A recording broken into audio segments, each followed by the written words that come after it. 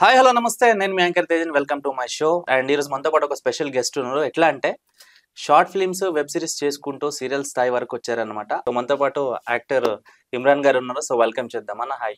Hi. Industry వైపు మీకు ఎందుకు వచ్చింది థాట్? చదువుకున్నాను, దాని తగ్గట్టుగా బ్యాక్లాగ్స్ కూడా ఉన్నాయి. ఓకే. సో ఆ బ్యాచ్ మీరు బ్యాక్ బెంచర్.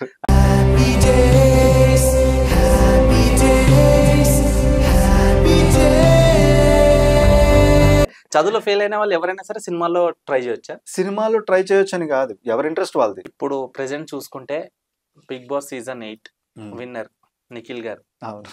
సో మీతో బాగా క్లోజ్ అని విన్నాం. సో నిఖిల్ గారికి మీకు ఫ్రెండ్షిప్ ఎక్కడ స్టార్ట్ అయింది? నిఖిల్ కి నాకు ఫ్రెండ్షిప్ అనుపల్లవి అనే సీరియల్ తో స్టార్ట్ అయింది.